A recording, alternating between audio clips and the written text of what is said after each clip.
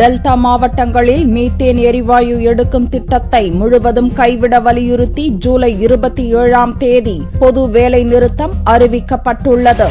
Kaveri delta மாவட்ட விளைநிலங்களில் methane எரிவாயு எடுக்கும் திட்டத்தை மத்திய அரசு செயல்படுத்துவதற்கு விவசாயிகளும் அப்பகுதி பொதுமக்களும் கடும் எதிர்ப்பு தெரிவித்து வருகின்றனர். டெல்டா பகுதியில் மீத்தேன் எடுக்கும் திட்டத்தை கைவிடுவதாக அரசின் உத்தரவாக அறிவிக்க வேண்டும் என விவசாயிகள் கோரிக்கை விடுத்துள்ளனர். மீத்தேன் எடுக்கும் கிரேட் ஈஸ்டர்ன் எனர்ஜி நிறுவன அலுவலகத்தையும் ஊழியர்களையும் மன்னார்குடியிலிருந்து வெளியேற்ற வேண்டும் என்றும் கேட்டுக் கொண்டனர். மீத்தேன் திட்டத்தை மத்திய அரசு கைவிட வேண்டும் என வலியுறுத்தி ஜூலை 27ஆம் தேதி தஞ்சை, நாகை, திருவாரூர் உள்ளிட்ட டெல்டா மாவட்டங்களில் பொது வேலை நிறுத்தம் நடத்தப்போவதாக பேரழிவிற்கு எதிரான பேரியக்கத்தின் அமைப்பாளர் லெனின் தெரிவித்தார். காவிரியில் இதை நிச்சயமாக அனுமதிக்க மாட்டேன், இதை தடுத்து நிறுத்துவேன் என்று வாக்குறுதி கொடுத்திருக்கிறார். அவர்களுக்கு முதலில் நன்றியை தெரிவித்துக் கொள்கிறோம். ஆனால் வாய்ச்சொல் போதாது, இது அரசு உத்தரவாக வர வேண்டும்.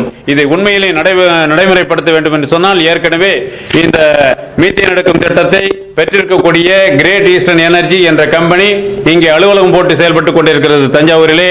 அந்த அலுவலகத்தை காலி செய்ய வேண்டும்.